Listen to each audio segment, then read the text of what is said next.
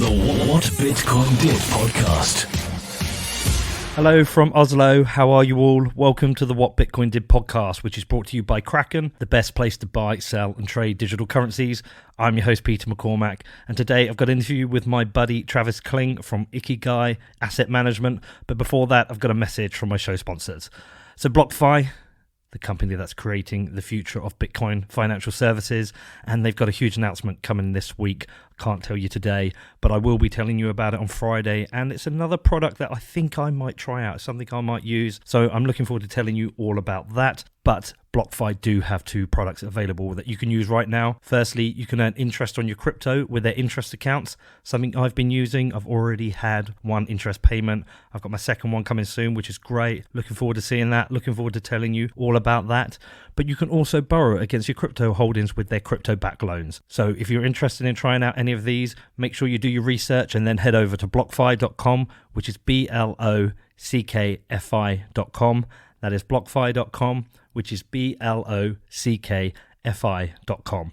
Next up, it's Dropbit, the best Bitcoin wallet I've used on a mobile phone, and they are sponsoring another event for me. I'm going to be heading out to San Francisco next month for the Bitcoin 2019 conference, which I'm going to be emceeing, and they're going to sponsor another event for me to get a bunch of people together and talk about Bitcoin and have a drink. So, why should you check out Dropbit? Well, of all the mobile wallets I've tried, it's the easiest one to use. It's definitely got the best UX. It's so simple. I've got a few people out here set up with it. I've been sending some more Bitcoin out there. It's a bit like Venmo for Bitcoin. Just an easy way to send and receive Bitcoin between people. So you should definitely check it out. You should definitely have a play with it. You should definitely download it and see what it's like. It's available for iPhone and Android. You can find it at dropbit.app, which is dropbit.app. That is dropbit.app, which is dropbit.app. And also, I'm going to tell you about Aurochs. That's for all you hardcore traders out there. It's the world's best trading terminal, available on both Mac and PC. So I've been talking about it for a few weeks. Have you tried it out yet? Have you downloaded it? I have. I'm not a trader, so I've not been playing with the trading tools, but I set up my Kraken board, I set up my BTC USD chart, and I've been using that to track the price. It's so easy to use, and using your API keys, you can trade on up to 9 exchanges, including Kraken. They've got a really deep focus on security, and your APIs are encrypted locally and stored in memory. You can fully customize your workspace to exactly your trading requirements, and all connections to exchanges are fast and secure. If you would like to try a 14-day trial, head over to getaurochs.com, which is getaurox.com. That is getaurochs.com, which is getaurox.com. And also, I've got a few events to tell you about. Firstly, I'm in Oslo right now. I'm at the Oslo Freedom Forum hosted by the Human Rights Foundation. I recorded a live podcast yesterday with a panel discussing Bitcoin use around the world in countries like Iran, Nigeria and India. Went really well. It's been recorded, so hopefully I'll be releasing that pretty soon on the podcast. Next weekend, I'm headed out to Munich for a Lightning Hack Day, and I will also be hosting 2 panels at the Value of Bitcoin conference. And also, I will be emceeing the Crypto Compare Digital Asset Summit on the 12th of June in London. The event features a great lineup of speakers, including keynotes from Andreas Antonopoulos. We've also got Tom Lee, Melton Demures, Gabor Gabax from Van Eck, Binance, Nasdaq, UBS, and many, many more. There's going to be regulators from the Bank of England, HM Treasury, and the FCA. Tickets are still available at the moment, and if you want a discount, you can get 20% off with the discount code WBD. Just register at summit.cryptocompare.com, and they also are taking payment in Bitcoin and ETH. So yeah, lots and lots happening. More events coming up soon as well. Anyway, if you're enjoying the show and you want to support it, there's a section on my website that explains everything you can do. Just head over to whatbitcoindid.com and click on the sports section. And I also want to say a massive thank you to my Patreon top tier sponsor, Rise Wallet, which is a new way into Bitcoin. There are no sign-ups, just scan the card and you are holding Bitcoin. Find out more by heading over to risewallet.com. Okay, on to the interview. I hope you enjoyed. If you've got any questions, feel free to reach out to me. My email address is hello@whatbitcoindid.com. All right, Travis, welcome. Glad to be here. It's been a long time coming, man. Yeah. Been talking about this for a few months. When did we first meet? Was it about a year ago? Yeah, I think that's right. Yeah, I think that's right. It's been a wild year. Been a good run. Yeah. How was Blockchain Week for you? Blockchain Week was good.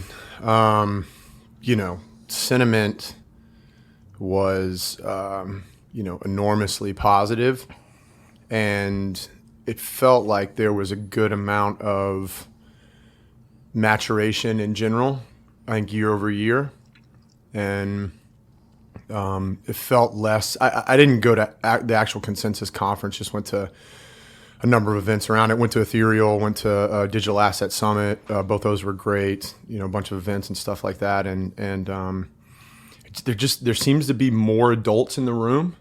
There seems to be less charlatans, less scammers, and all that's, positive for the space. And, the announcements, the biggest announcements I think that were made were, Bitcoin specific announcements, and that was reflected in the price action that we saw. So this is a great week, man. Were you here last year? Yeah. Yeah. Were, yeah. And I was just jumping into the space. I left Point 72 in December 17 and was like making my way through the ecosystem, and decided I was going to start Ikigai, February, March of 18. So then May of 18 was kind of the first time that I was like really jumping into and had met some people at that point. And so it's a ton has changed in the last year for me, for Ikigai, for this ecosystem. It's been, spending all day, every day in the rabbit hole, like both of us do.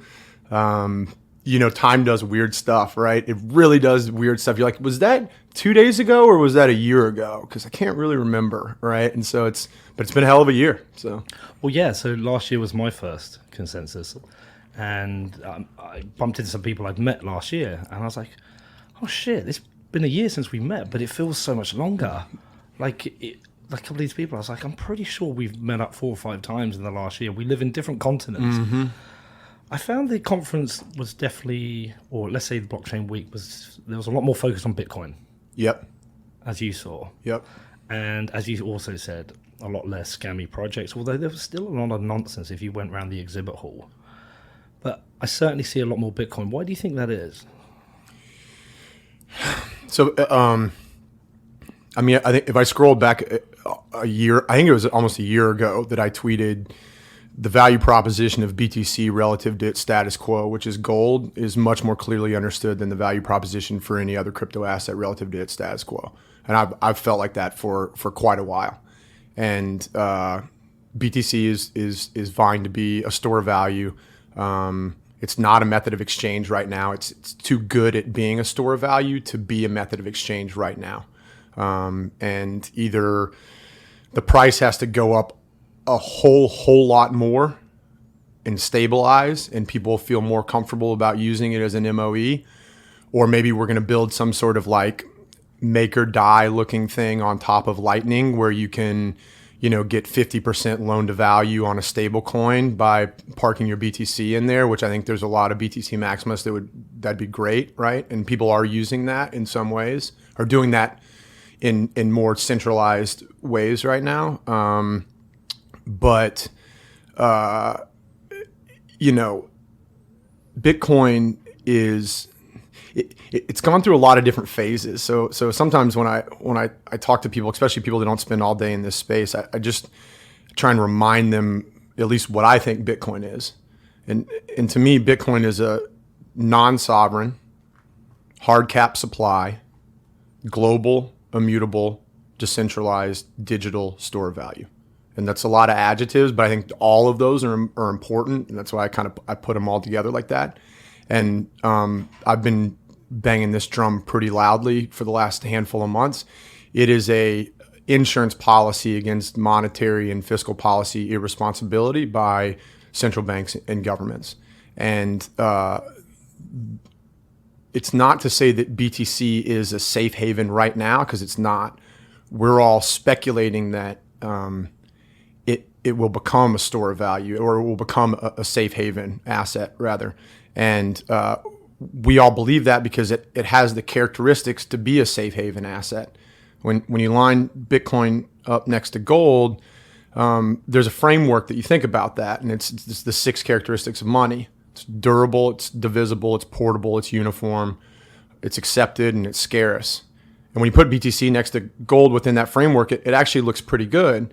And so while it's a risk asset right now, it is a risk asset with a specific set of investment characteristics that become increasingly more attractive the more irresponsible central banks and governments are with their monetary and fiscal policies. And if the Fed had not done their dovish capitulation at the end of January, I mean, I think $1,000, $2,000 BTC probably would have been on the table. I think risk assets globally would be in a really tough spot right now.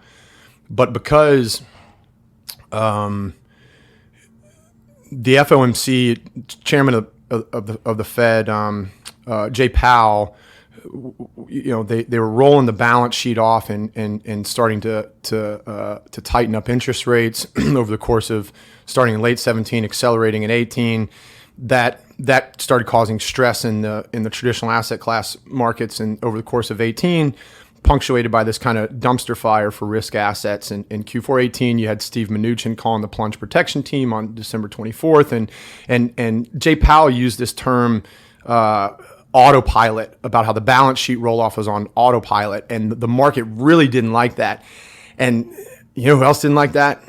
Donald Trump didn't like that. So Donald Trump starts talking shit to the chairman of the Fed on Twitter about being more irresponsible with an already irresponsible monetary policy. And the crazy thing was that it worked.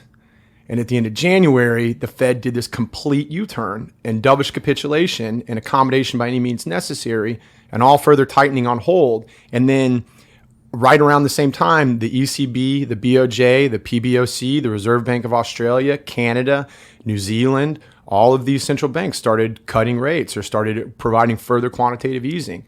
And it is now clear that central banks globally have no path to end the largest monetary experiment in human history, which is quantitative easing. And that is deeply bullish crypto, and specifically it's deeply bullish Bitcoin. Wow. Okay. Okay. There's quite a lot to unpack there. Okay. Firstly, you're pretty plugged into understanding the financial markets. You know, you've had an entire career history within the financial markets, Yep. right? Does it surprise you that the US government is kind of accepting of Bitcoin, obviously with certain caveats, and the SEC and the CFTC are still, they've got an ongoing situation where they're working out the regulations, but there hasn't just been an outright ban. Does that surprise you? Because it is an asset they will struggle to control in some ways. It's a great question, and to answer the question, yes, partially. I have been somewhat surprised by it, but I think it's unclear what the U.S. government's relationship is with Bitcoin right now. And I think probably different parts of the government feel different ways about it. You know, I'm certainly down to the individual level. If you talk to the real OGs would tell you that, like, this thing's been on the radar of the different parts of the U.S. government from the very beginning. And the tinfoil hat comes on pretty quickly when you start talking about, like, what that looks like. But I mean, you're, intimately familiar with the Silk Road story, and the U.S. enforcement agency's relationship with Bitcoin through that story is like don't forget that, right? Like, keep that in the back of your mind. And as we've continued through time,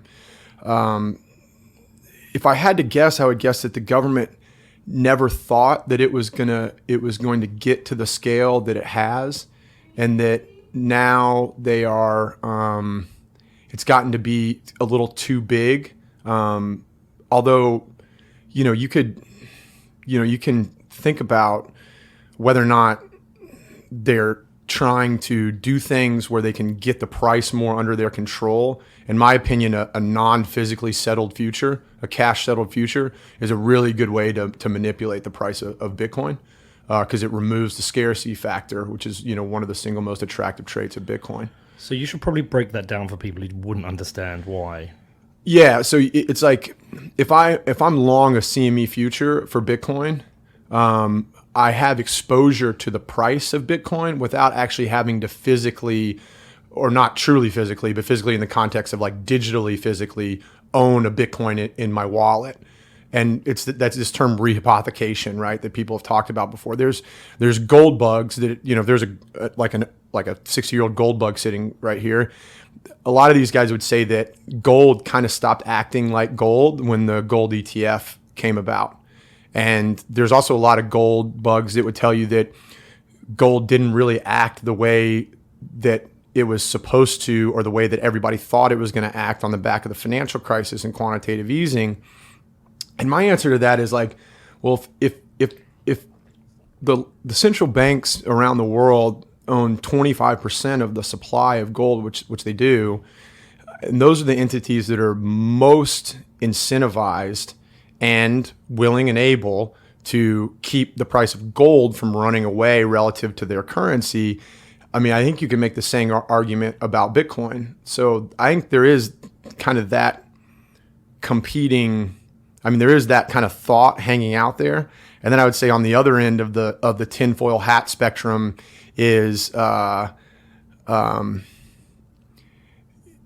during the financial crisis, the U.S. government and other governments around the world took on the losses of Wall Street and large financial companies globally, and they took all that onto their balance sheet. And that's just what happened. And you could make the argument that they wanted Bitcoin around in case that experiment went really wrong, and a major currency, a major country like wrecked their currency or something like that. That you would have this sort of alternative, and you could make the argument that some government officials might thought that there was going to be an inevitability to a non-sovereign form of money, because when you put $4.5 trillion, expanding a balance sheet, which is what the Fed has done over the last decade, that's unlikely to end well. But how does it end? Because I don't understand the structure of financial markets or how they work. I understand what quantitative easing is, but are there certain measures within the economy, or certain measures whereby the debt gets so high that it can't ever be cleared? Are there certain measures that somebody like you would watch? It's really hard to say. Currencies like you would think that inflation would have showed up by now. There's a handful of reasons why it hasn't. The velocity of money has decelerated a lot. Like money just doesn't move as quickly. It's kind of sitting in places.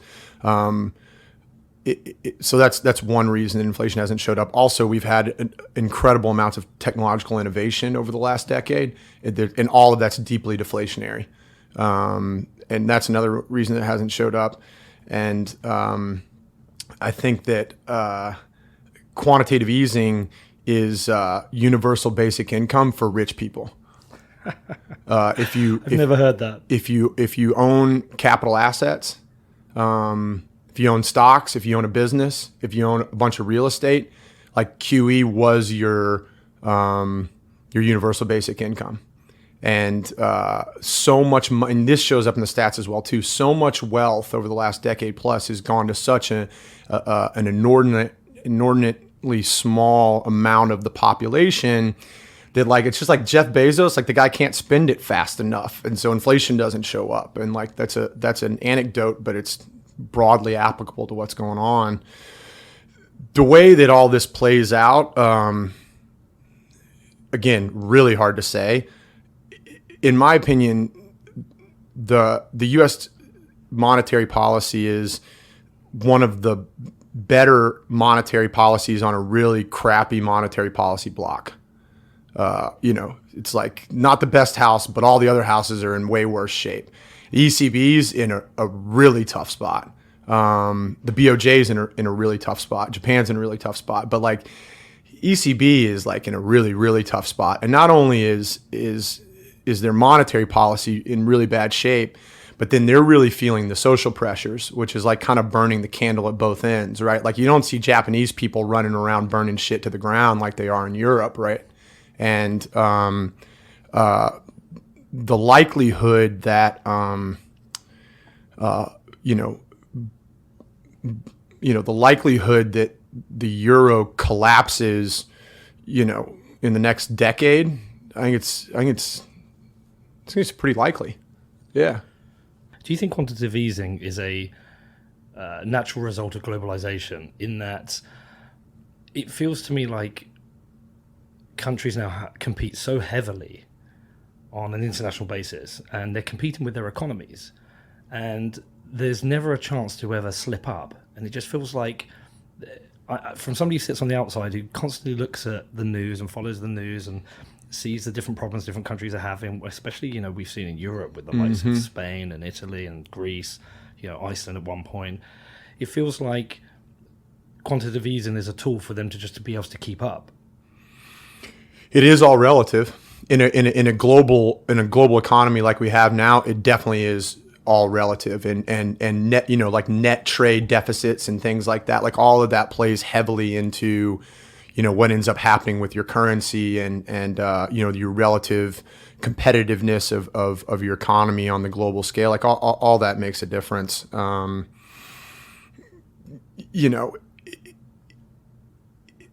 to be honest with you, these central bankers, they, in a lot of the transcripts from at the depths of the financial crisis, when they were literally making this shit up, literally making it up. So a lot of these transcripts have like been released pretty recently, and you go back and read them, and like, you need to make sure that you're not giving these guys too much credit, because they really had no idea, and they just went with this thing, and it didn't work, and they're like, all right, we got to do more. And then that didn't work, and the market kept falling. They're like, and there was a series in late 2008. There was just these series of things they just kept doing until the market stopped plummeting. And then they tried to not do it, and then the market started crashing again. And then there comes QE2, and then you had this thing called Operation Twist, and then you had QE3, and it went so much further than I think anybody had ever intended. And now you've gotten to the point where risk assets globally are addicted to cheap money. And if you take away that cheap money, the global economy would fall apart. And it's created fragility in asset classes across the world. You know, one of the things that when I was going down the rabbit hole personally on crypto, you know, the first time I saw BTC was when Silk Road got shut down. Just reading about it from a fascination perspective, like these drug dealers made magic internet money to buy drugs on the internet. That's wild. Mt. Gox got hacked early 2014. I was like, okay, this is not something to pay attention to. Stop paying attention to it. Fast forward to the back part of 2016, price started going back up again. I got in the Bitcoin talk forums and the subreddits, and I remember being amazed that it didn't die after that. And not only was it not dead, I was like, just looking at the activity, I didn't know what they were talking about, because I hadn't read the white paper. I really didn't know what they were talking about. But just the sheer number of posts and like the interaction on the post, I was like, this community is like not only not dead, it looks like it's more vibrant than it's ever been before. And I'm a pretty big Nassim Taleb fan, and I was like, that is deeply anti-fragile for this thing to come back like that. And it's really hard to find anti-fragile assets these days, because they've been weakened by what's gone on with monetary policy around the world. Like in the same way that, like, you know, like when astronauts come back from being in space in a long time, and you got to put them on the wheelchair when they get off the shuttle or whatever. It's like the same thing, right? Like all these assets, like they can't stand up to any real stress anymore. And BTC struck me as something that stands outside of that. Now, don't get me wrong. If it hadn't been for quantitative easing, you know, and don't take this the wrong way, all you Bitcoin people, because I love you guys, Bitcoin would still be like an experiment in the closet of a bunch of computer science nerds if it hadn't been for quantitative easing. And God bless the nerds, because they built this thing and now it is what it is. But like Bitcoin stands outside of QE, but it is so vitally important because of QE. I think a few will disagree with you on that. Do you envisage that any governments are actually buying Bitcoin? Because I can't see why you wouldn't accumulate some. Yeah. I just don't. But I guess when we get the signal that one has, they'll all jump in. Yeah. So like from a game theoretical perspective, like if you're like let's just take like GDP per capita as like the measurement and you just rank all the countries by GDP per capita. I don't know what countries like in the low teens. I don't know. Maybe it's like Chile or something like that. I'm just guessing. But if you're a country like that and you have like a reasonably like your currency is like in pretty good shape, like from a game theory perspective, like the risk reward for printing a couple $1 billion worth of your home currency and going and getting, whatever 3-4% of BTC supply, like you could go from the 18th best country to the 4th best country in a single generation, right? If this thing hits.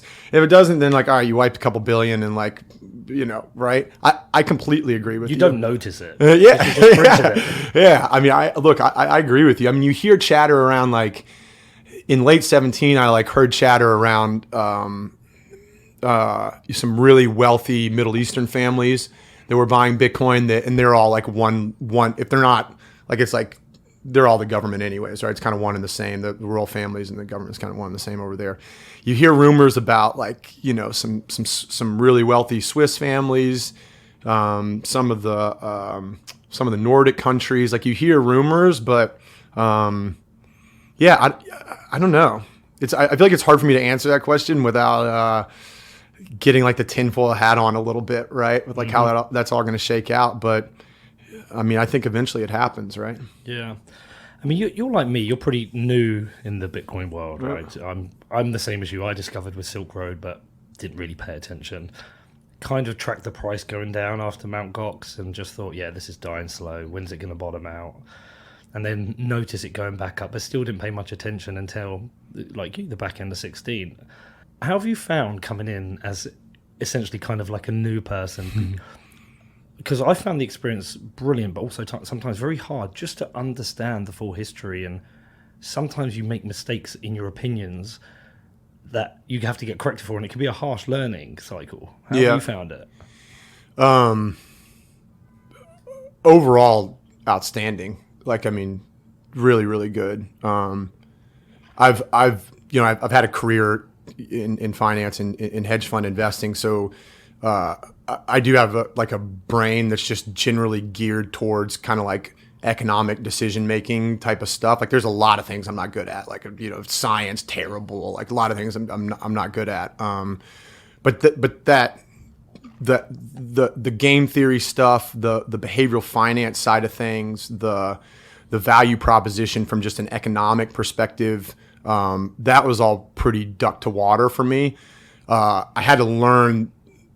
And I mean, start from absolute standstill on anything computer science related and anything cryptography related, right? Like I'd never heard of a Merkle tree until I had to start from the very beginning. I remember in the summer of 2017, I think I spent 20 hours reading about the Byzantine generals problem. Like it was just like I did not understand this. And then when I finally understood it, and I finally understood like the double spin problem in the context of a Byzantine generals problem, and I was like, oh man, I think I got to quit my job and do this.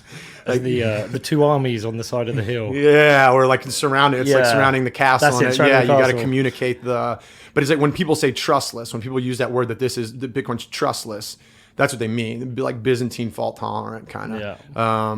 But so some of that stuff definitely took a lot of just basic learning, reading on the internet, but it was amazing because it was so much information available for free on the internet that you could sort through and find it. And shout out to Jameson Lopp for his depot, right? That was like one of the first things I found. And what has been really refreshing though is coming from the traditional hedge fund investing world. People are like really secretive and closed off about kind of the manner in which they, make money. Some of my closest friends are guys that manage money in other hedge funds. Like these guys I've been friends with for a decade, and like I know generally what they do, but like specifically, we wouldn't actually talk about like how they go about executing their business because it's like treated as a trade secret. Whereas like it's really refreshing here that the community is so communicative and collaborative. And don't get me wrong, there's fighting and like tribalism and like, kind of a little bit of the less desirable things when humans interact like this. But like overall, the fact that we're all kind of trying to crowdsource the truth together is like one of the coolest things about doing this versus traditional asset class investing. Yeah, crowdsourcing the truth. Yeah. With a few fights in the middle. Yeah. So I'm not going to do the full background because you did it with Pomp. I can share that with people and tell them to listen to that episode. It was a fantastic episode. But what would be useful is the part you've told me before is the job you were in, and then you had the kind of light bulb moment with crypto assets, and you just made that decision. I remember you telling me you just told your boss, like, was it that day? I'm done. Tell me the story about that. Yeah, so I read the Bitcoin white paper in May of 17 and then kind of fell down the rabbit hole in earnest June of 17. I also read this book called The Inevitables by Kevin Kelly. I don't know if you ever heard of that book. No. I mean, maybe you don't need to read it at this point. I also read that book in June of 17, and Kevin Kelly's he's a futurist, he's a co-founder of Wired magazine. And it was basically a book that's like, it's called The Inevitables because he basically talks about these technological evolutions that are coming that seem like they're really far away, but they're actually not that far away. And like a good example is like autonomous driving cars, right? Which feels like the Jetsons to us sort of right now, but like a decade from now, they're going to be everywhere, right? And there's a lot of things like that with technology. And it was a book that I read that got me, I think, in the mindset. I'm not a tech investor as a career, and I'm not a tech guy. Like I don't have an Apple Watch. I think Alexa's big brother. Like I've just always been like that. And reading that book got me in this mindset of like the next couple decades are going to be wild. And it's just, and that's kind of like what the book's about. And I was thinking about crypto in the context of that. And then for me, it was going through this self-study and coming after or coming upon revolutionary concept after revolutionary concept. And that kind of Byzantine fault tolerant one was a big one for me. Understanding the like economic implications of hard forking and the potential for like super linear progress because of hard forks, where you can do this like Cambrian explosion and just like it's all open source. So like you can just throw 100 ideas against the wall right now and see which one works out the best and keep going from there. And then the other really big one for me that was probably the tipping point was understanding the way that network effect interacted with this asset class. And so, distributed ledger technology, aka blockchain, is an information protocol. It's like HTTP, it's like SMTP. You built the World Wide Web on top of HTTP. You built email on top of SMTP. But the guy that built HTTP is not a billionaire because value didn't accrue at HTTP. You just had products and services that used HTTP, and the companies that provided those charged revenue and the equity of them. And that's the internet today, right? The equity accrued the value. That was it. So now you have this crypto asset that, at least in theory, and it's associated with this DLT, and at least in theory, that crypto asset can accrue the value, right? You got a Bitcoin in the Bitcoin network, right? And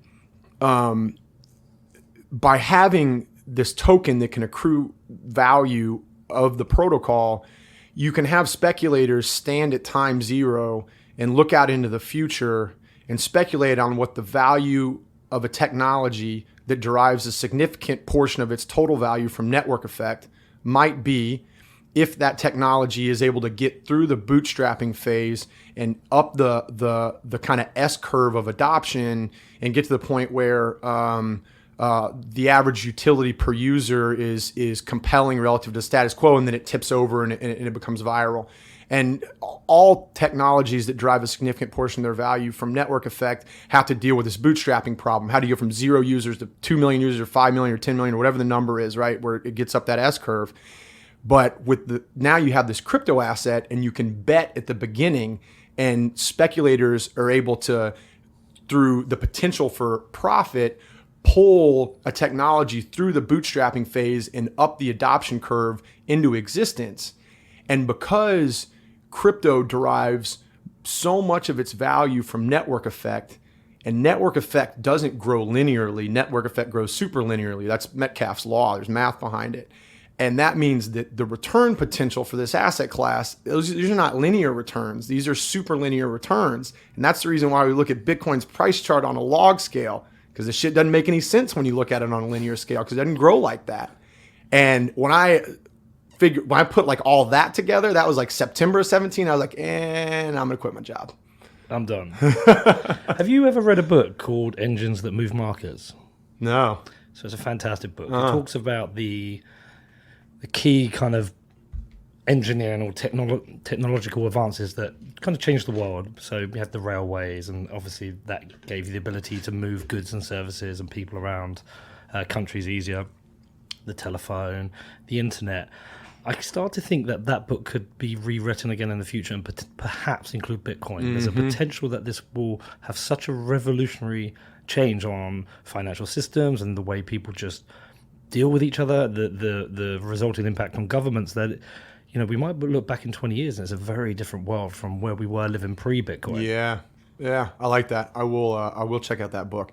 The other thing that I had to go through actually before I quit my job was so I understood the potential for the technology, and then I had to answer the question whether or not the world cared, because I think that you run across a lot of people in this space. I call them techno-utopians, and there's people that are like, if we would all just use technology for its intended purpose, the world would be a better place, right? And that's fine, and they're in a lot of cases they're not wrong, but a lot of cases they like ignore human nature and like just the way that humans just go through their lives, and a lot of technology that would probably make the world be a net better place. It's like everybody's not a bunch of engineers walking around, right? And I know that frustrates engineers, but it's like people just kind of want to like watch a lot of Netflix and like smash some likes on Instagram, and like that's like kind of what people, and they don't really like change, and they start like and so I had to answer this question about, did the world actually care about the potential of this technology? And what I circled up on at the time, which I think has certainly continued since then, was that there's a commonality that was running through some things that I was seeing socially, and it was like, why did Brexit happen in the first place? Why did Donald Trump get elected in the first place? Why did those two things happen at like the exact same time on different parts of the planet? Russian Facebook election ads, Samsung bribery, NSA spying, LIBOR rigging scandal, Black Lives Matter, Harvey Weinstein, Cambridge Analytica. Like there's a commonality across all those things. And the best way to sum it up is power tends to corrupt, and absolute power corrupts absolutely. And we've seen that happen at all levels, I think, in society right now. And society is really beginning to recoil from that type of thing. And it appears to be getting worse, not better, right? Like our political situation in the United States right now is a dumpster fire, right? It is. I think it's like as bad as like ever, right? Bad as the UK. Yeah, I mean, since like, it's we're in a bad situation, and like look what's going on with tech companies right now, and the way that people are recoiling with the way that what they've done with user data, and things like that, and for a long time, and it's also important that like millennials feel this more acutely than older generations. Millennials are the generation that think like all politicians are crooked and Wall Street is rigged and big tech companies take my data and they do crappy stuff with it. They don't keep it safe, or they create a ton of value with it and hoard all that value, and they're all worth $50 billion and we don't really get any of that value as like a user, right? And I kind of put all of that together, and it seemed like distributed ledger technology, which has a bunch of use cases, money being the kind of killer app for now, was this technological platform to go drive societal change for the good. And that's why we named the fund Ikigai. Because for me, I felt like Ikigai is an ancient Japanese concept that means reason for being. It's, if you Google it, you see this Venn diagram. It's what you're good at, what you like to do, what the world needs, what you deserve to be paid for. And I had a career in hedge fund investing, and like I was pretty good at it, and I like doing it, and I made a fine living doing it. But the world doesn't need another hedge fund manager. If the world doesn't get another hedge fund manager, the world's going to be just fine. But the world does need this technology, because it really has the potential to make the world a better place, and like it can do it in one generation. And that struck me as the kind of thing that was worth spending the rest of my life trying to work on. So. Next up, I talked to Travis more about investing in Bitcoin and his views on the wider cryptocurrency market. But before that, I've got a message from my show sponsors. So first up, I'm going to talk to you about Kraken, the best exchange for buying and selling digital assets. I absolutely love these guys. I've been working with them for a few months now, finding lots more about what they're doing, understanding what they're doing with security, but future product releases. Got to say, they're a great company. And also, they're offering customers the opportunity to invest in them right now. Via Bank to the Future, investors can invest in the future of Kraken with a minimum investment amount of $1,000. If you want to find out more about that, head over to banktothefuture.com, which is BNKTOTHEFUTURE.com. Click on the invest section. And also, I was recently walked through a load of new UX improvements that are coming, and also the UX for their new mobile app, which is utterly amazing. Can't wait to get hold of that. If you want to join me in supporting Kraken, the best crypto exchange, head over to kraken.com, which is KRAKEN.com. That is kraken.com, which is KRAKEN.com. Also, BlockFi. As I said in the intro, they've got a big announcement coming this week, a product I think I'm going to use, and I can't tell you about it now, but I will be telling you about it on Friday, and I'll be telling you about how I'm going to be using it, because it's definitely something that can support me as a business. They are also reshaping the future of Bitcoin and financial services. They've got 2 products right now in the market that you can use. You can earn interest on your crypto with their interest accounts, something that I'm using, something I've already had one payout from, and I'm getting another one in a few days, which is cool. Looking forward to telling you about that. But you can also borrow against your crypto holdings with their crypto-backed loans. So if you're interested in trying either of these out, head over to blockfi.com, which is BLOCKFI.com. That is blockfi.com, which is BLOCKFI.com.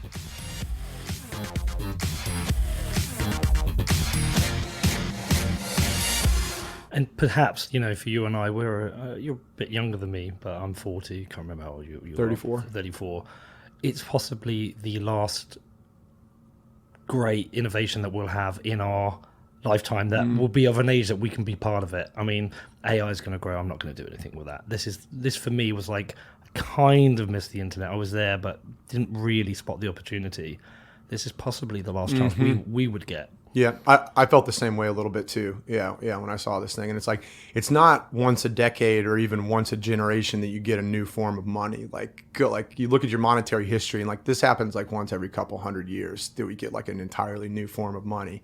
And we've never had, the last time we had a non-sovereign controlled form of money, I mean, we were using like salt for money. Literally, that was like or seashells, like nice seashells, those like pre-gold days.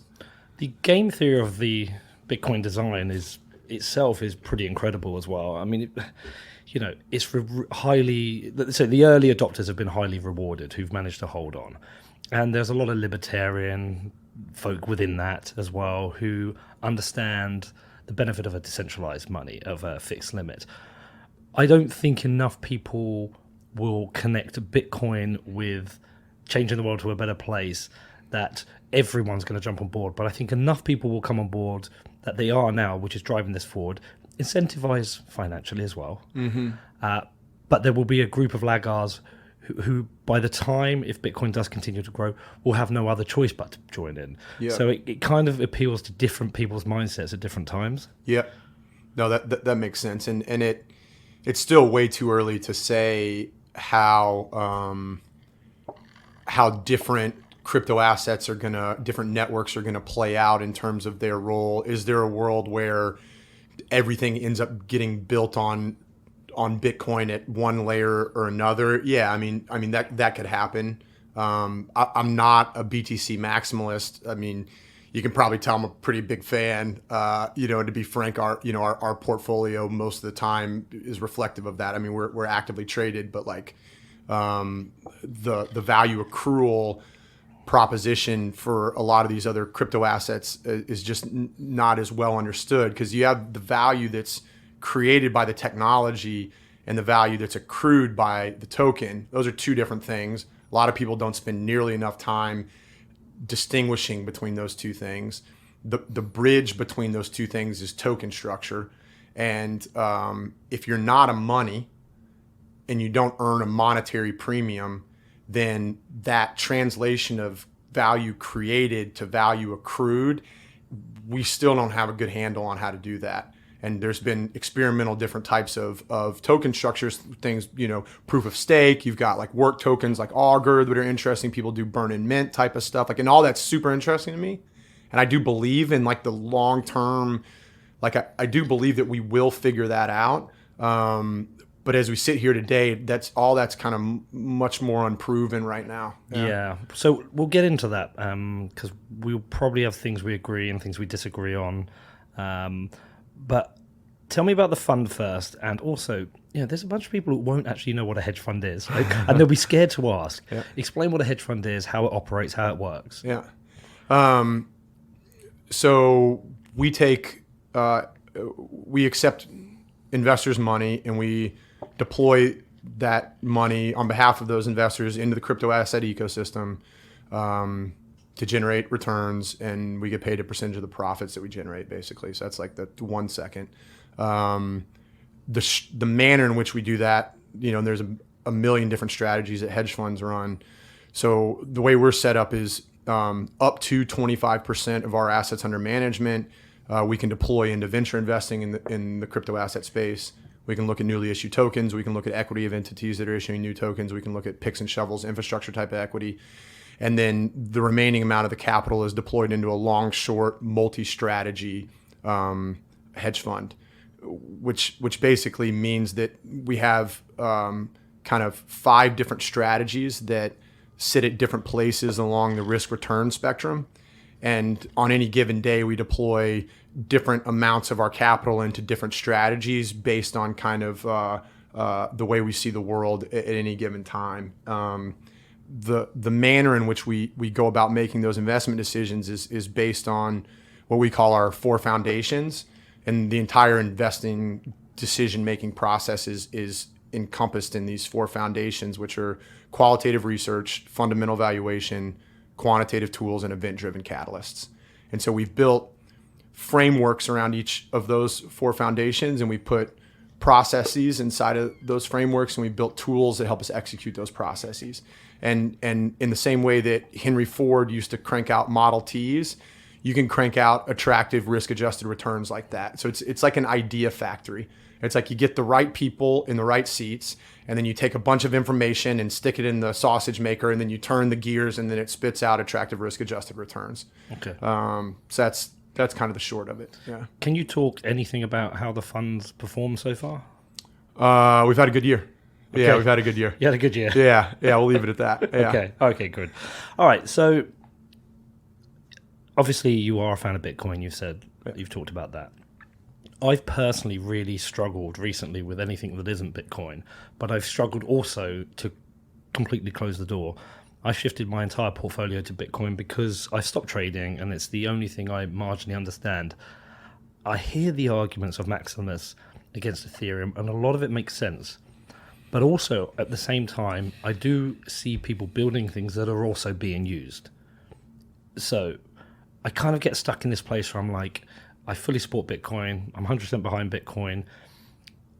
All this Ethereum stuff sounds like nonsense, yet there are people building things. Like, I find DAI very hard to ignore whilst trying to appreciate the comments of Maximus about Ethereum. Do you understand where I'm stuck with this? Yep.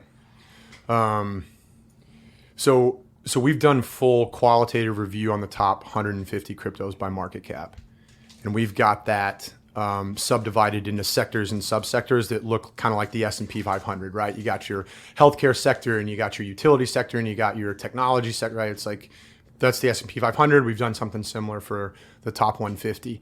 And that subsector approach helps us just make sort of a mosaic of the crypto asset ecosystem. And then we think about the characteristics of each subsector, and we think about, most favorite and least favorite names within a specific subsector.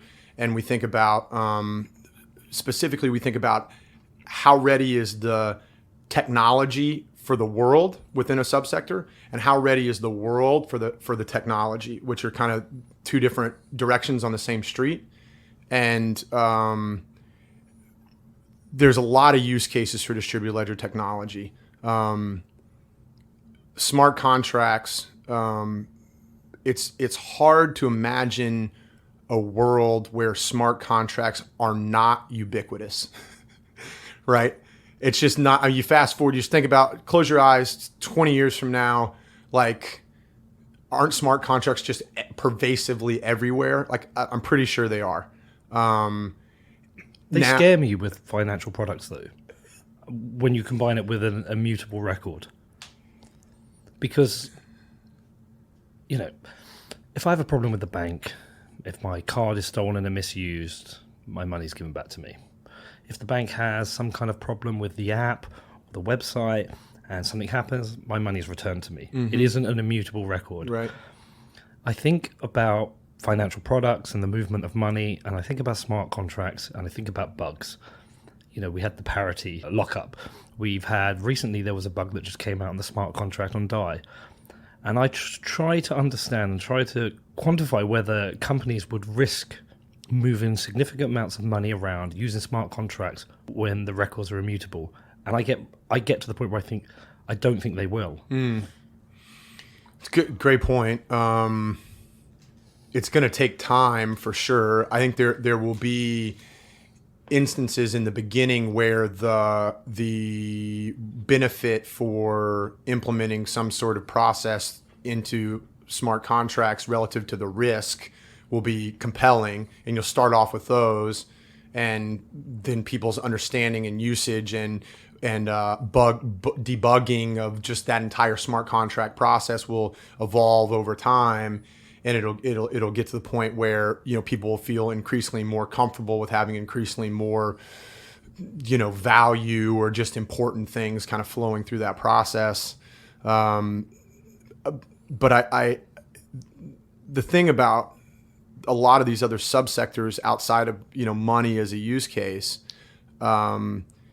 is that, again, back to the two directions of the street, how ready is the tech for the world and how ready is the world for the tech? And it's just like Ethereum it just doesn't work that well, right? And there's 20 other general purpose smart contract platforms that are gunning for the same thing. And, you know, one or a handful of them, or maybe none that exist right now because the thing that's going to make it hasn't been invented yet. One of those is going to get, or more of them are going to get massive traction and create a tremendous amount of value. And I would assume that while that's happening, at least at the beginning, that the associated crypto asset will accrue a lot of the value. Although it's still not immediately apparent to me with the token structures that exist today that they will be able to accrue that value over a very long period of time, because John Pfeffer calls this the working capital problem, which is a really good point. The velocity problem, aka Chuck E. Cheese tokens, right? And so all of that, like, I keep thinking that the mechanism design that is in place for a lot of the non-monetary use cases for DLT and crypto assets, that the mechanism design is just, we haven't figured it out at all yet. And that you fast forward a few years and you're going to have these token structures that accrue value in a compelling way. And it's like, if you're like the PhD at some Ivy League school that like worked his whole life on mechanism design, like if you're not designing token structures right now, I don't know what you're doing with your life. Because like everybody that has an expertise in that area should be fascinated with what's going on here. And you also have the potential to be enormously financially rewarded if you nail that right. And I get really excited when I see any kind of innovation on the token structure side with any sort of little gimmick that can sort of hook in value accrual and make value more sticky. And it's why, like, I take my hat off to CZ, in a lot of ways, because the guy is relentlessly trying to present a compelling case to hold BNB, right? At every turn, right? It's like, we've got fiat on-ramps in Argentina and Australia, but you got to have BNB. Oh, you got discount trading fees, but you got to hold BNB. Oh, we've got this launch pad IEO things, which is literally like free money, because he makes sure that everybody that does participates in an IEO makes profits, but you got to have BNB. He's about to release margin trading, and like I'm sure you got to hold BNB if you're going to trade margin on Binance, right? And all these little gimmicks, and I'm excited about the things to come in terms of developments in token structures that are going to allow some of these non-monetary use cases to actually accrue value. And a little bit of it is like hopium, like it's just believing that it's going to come down the pipe. But I am hopeful there. So it's interesting when you said about that, because I was reading about something before you came up. So Bittrex is about to list VODX, and so that's another IEO. And I worry sometimes that we're repeating mistakes of 2017 with a new badge. So just out of interest, because I wouldn't invest because I still don't think anyone has proven to me the value of these tokens. I've done it before and made and lost money. But so I went on the VODX website and just trying to figure out what the token's for. And this is from their FAQ. So when will the VODX token be usable? And it says here, when VODX is listed, the token will then be tradable. The utility function will follow as we progress further down our technical roadmap. And I was just like, huh? Yeah. And I saw the Ocean Protocol dumped 80%. Yeah. And I worry that we're still burning people. People are still being burnt whilst people figure out how these tokens work or don't care. Does that ever concern you? A little bit.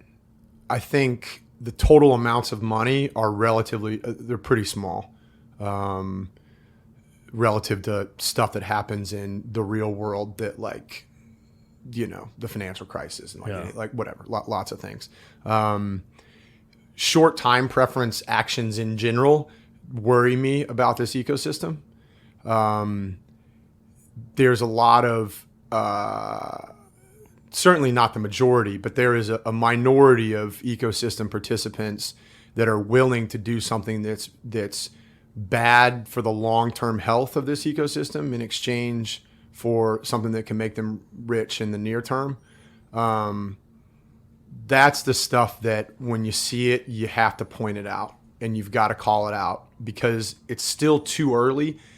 Going back to my earlier point about the tremendously positive potential that this technology has, but the story hasn't been written yet. It can still be co-opted into and contorted into something that is just a shell of what it could have been, and it can be co-opted by governments. It can be co-opted by big tech companies. It can be co-opted by bad actors with short time preference, and all of these people or entities are, seeing the potential for this, and depending on where they sit, could see the potential for it to be deeply disruptive to their status quo, and they're shuffling their feet to try and get themselves in a position where they can benefit from it, and in a lot of cases, that could be to the detriment of the people, which is what this is for, right? And you see Mark Zuckerberg shuffling his feet, and you see JP Morgan shuffling their feet, and you see, China's going to have a digital sovereign currency. Like everybody's shuffling their feet to try and box people out so they can kind of keep in the status quo of power. And we just got to be cognizant of that and remember that the true north here is the reason for all of this is because we have seen unchecked power fail at so many levels, and this is an opportunity to decentralize that. Yeah, it's kind of interesting because you've got this combination of an opportunity to change the way the world works and the way money works for the positive of society, whilst being able to make a huge amount of money off it. Mm-hmm. Yeah, no, it's a weird thing, and I've some people like try and like kind of call you out on that or whatever. But that's the game theory in there is designed that if people support this early on and promote it, that's the benefit they get for taking the early risk. Yeah. Like I don't hold that against anyone, and we could with Bitcoin create the richest person in the world. we could create a trillionaire easily without a problem. Yeah, I agree with that, and it all depends on what you do with it on the back end, right? And I think that there are an above average amount of good actors in this space. I think there's plenty of charlatans, there's plenty of scammers, there's plenty of short time preference folks, but I think there's also people that have a moral compass that they are willing to take big risks on something that's pretty early stage because they believe in the potential for it, and that's promising. Yeah, I tend to find within Bitcoin, in the circles I mix, that almost entirely are surrounded by good actors. I think we get people I question a bit more in the other projects, because that feels more like a FOMO to create the next Bitcoin, or or an opportunity just to enrich themselves. Where I know it exists within Bitcoin, but I tend to find with Bitcoiners are a bit more, I don't know, they support a better world a bit more. It's more like you've talked about. Yeah. Well, you have the technologists too that are incentivized by, not that they're bad actors, but what they really want to do is make cool shit, right? And they're deeply driven by making something that has never been made before that gets mass adoption, right? And that can be a crypto kitty, and that can be, an exchange where you can get 100x leverage, and and I'm not going to fault my partner Timothy is a technologist through and through, and this is a guy, and he's a fashionista and a bit of a fashionista, but he's got the best heart ever, but he also just gets so fired up about cool technology.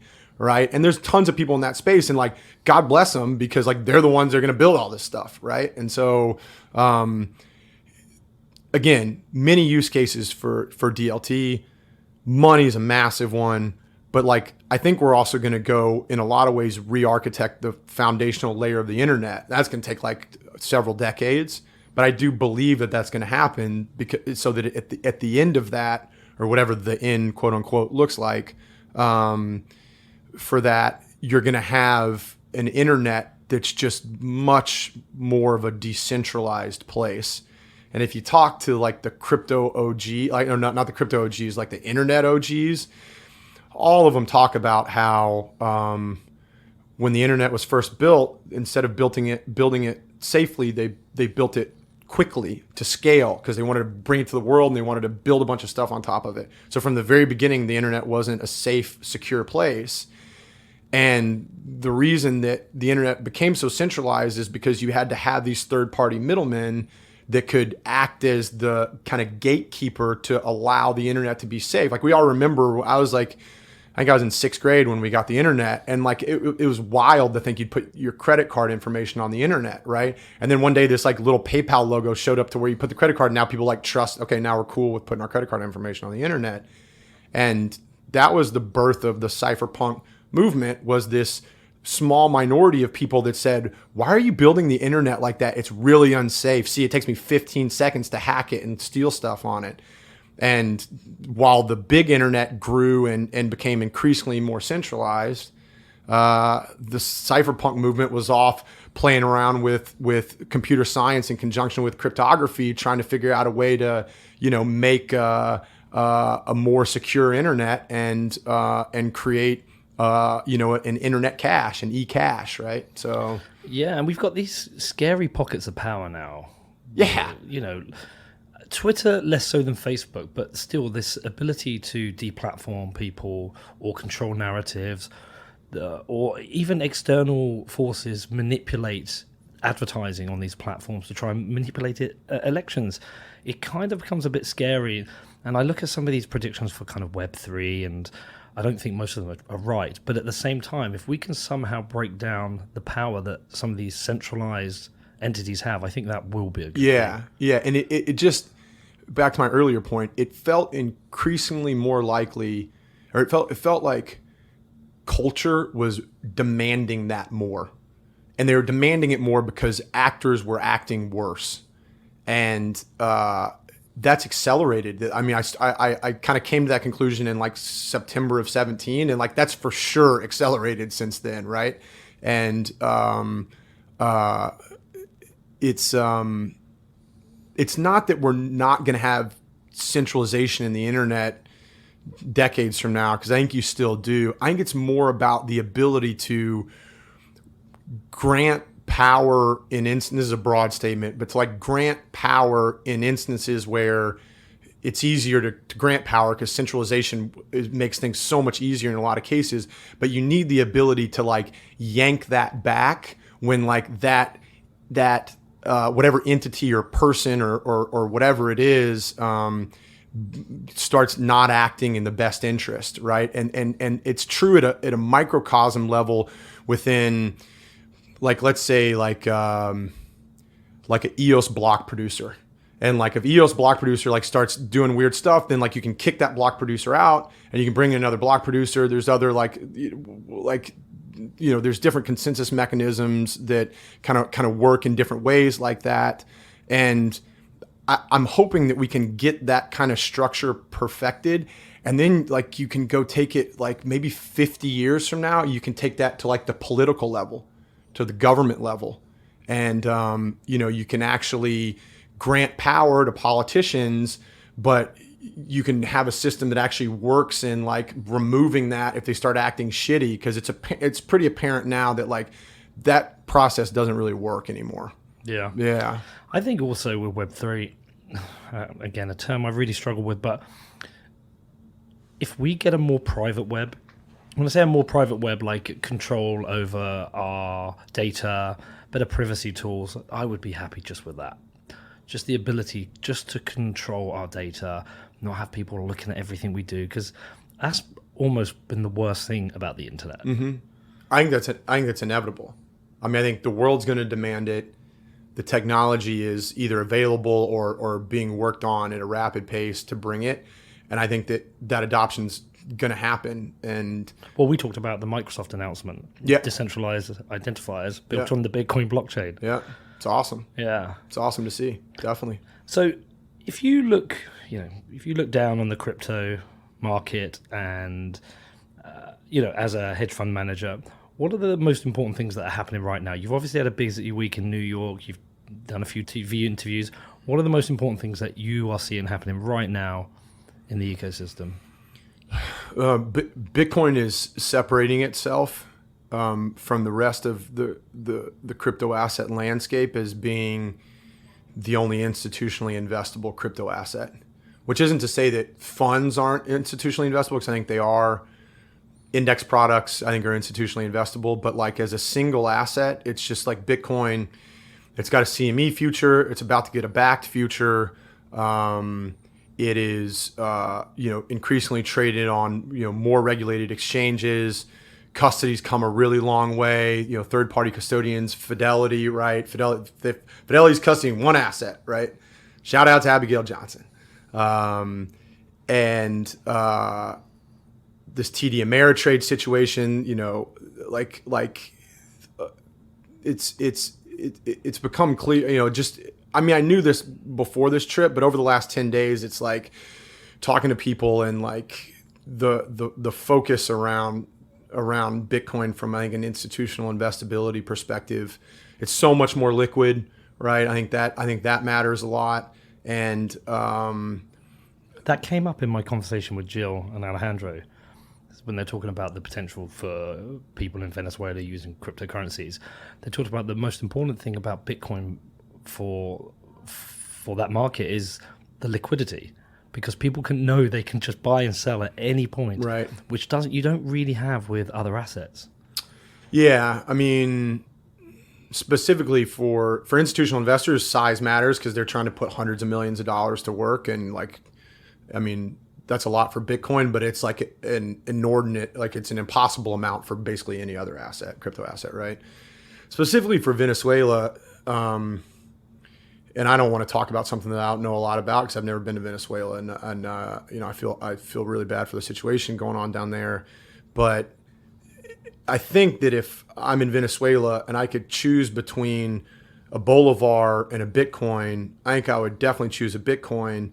But I think what I really want is a dollar. And if I'm a farmer and I had a farm in Venezuela for 5 generations, and then I was afraid the government was going to take my farm from me, so I sold it for Bitcoin in December of 17. You're in a tough spot. Do you know what else was interesting that came out of that conversation? You're right about dollars. People want dollars. But they did a lot of research. It's like 6 months research and found out all this interesting stuff. The thing that really stood out to me is when they turned around and said 5 $20 bills are worth more than a $100 bill. Oh, interesting. Because you can't always get change. Right. So you've just got to spend the money. Like sometimes you've got to spend all of it. Yeah. So also a PayPal dollar is different to a cash dollar. It's different to, I don't know if they're Venmo, but all these dollars have different values as well. Interesting. Didn't know that either. Didn't cross my mind. Yeah.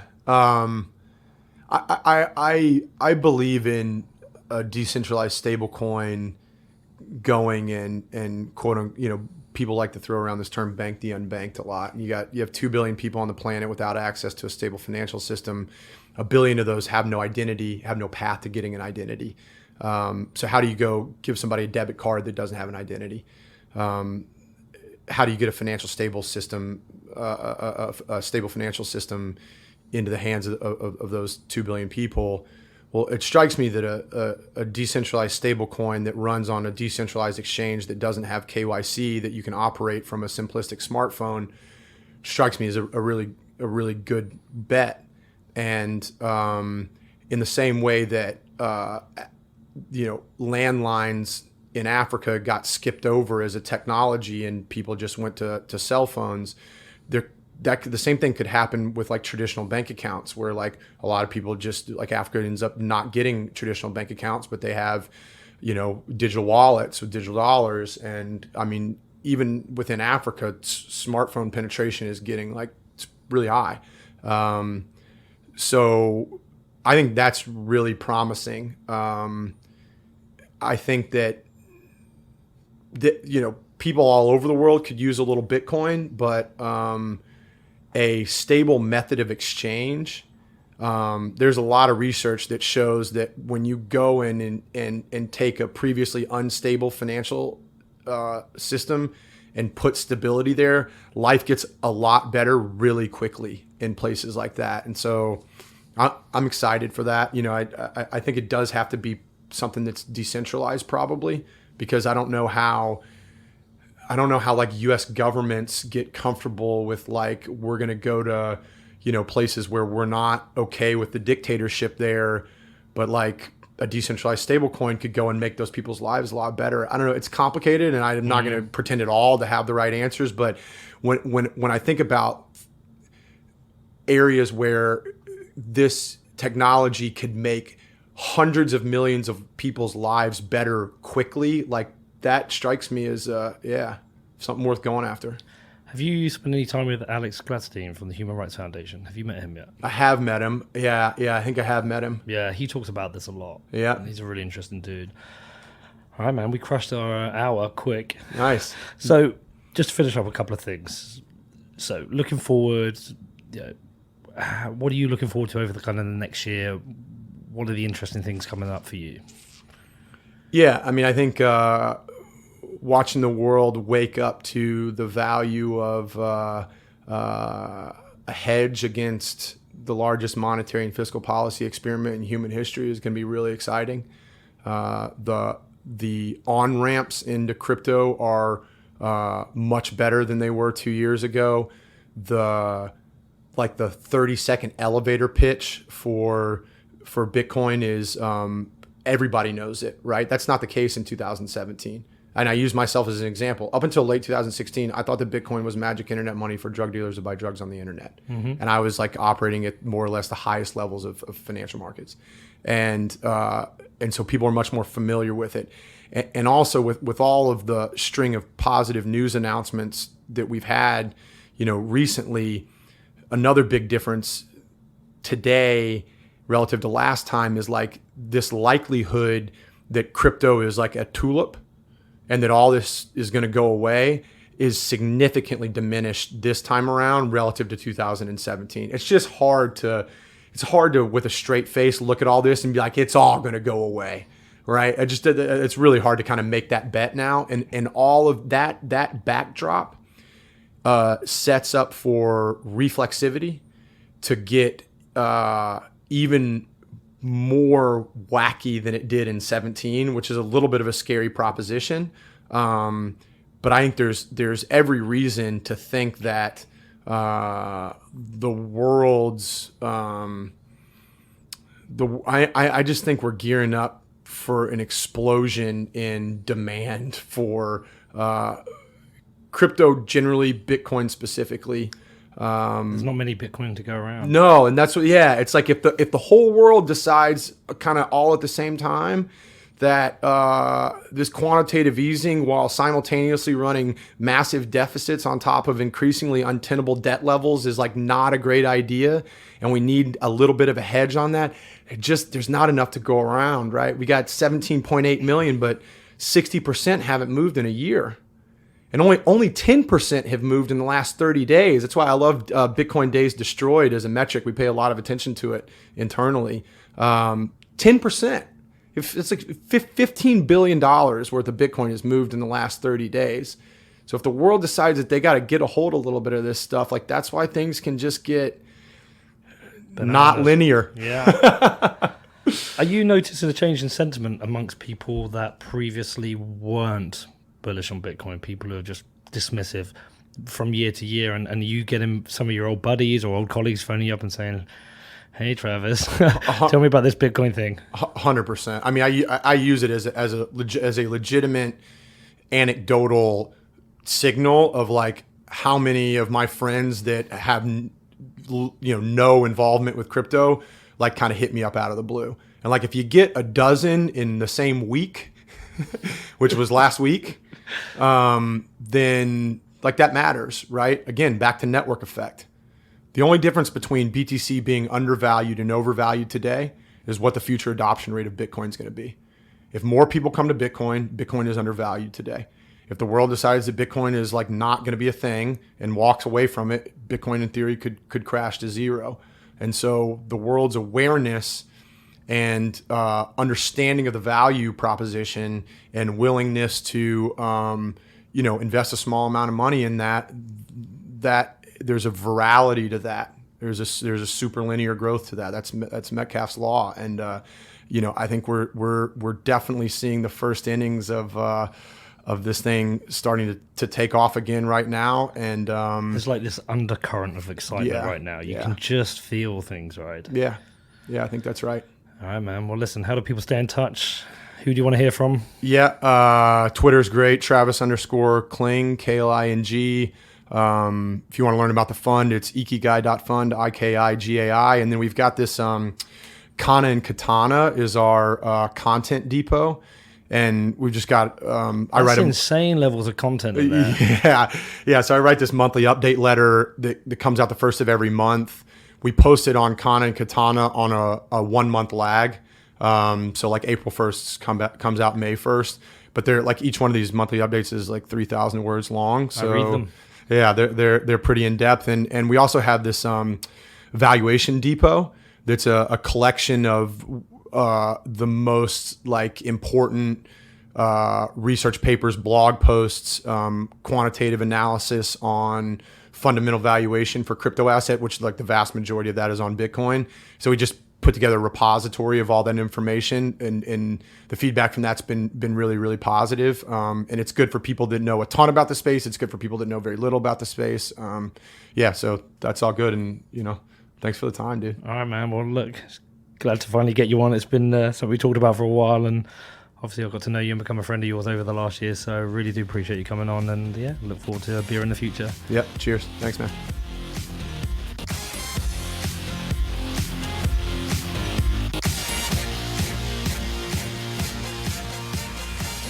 Hey, so how was that? What do you think of what Travis had to say? I really like the guy, I've got to say. I've got to know him quite well over the last year, met up with him a few times. He also hosted me for a dinner with some of his colleagues in LA a couple of months ago, so it was great to meet the team and find out more about what they're doing. I don't necessarily agree with Travis on everything, specifically with the opportunity with distributed ledger technology and tokens.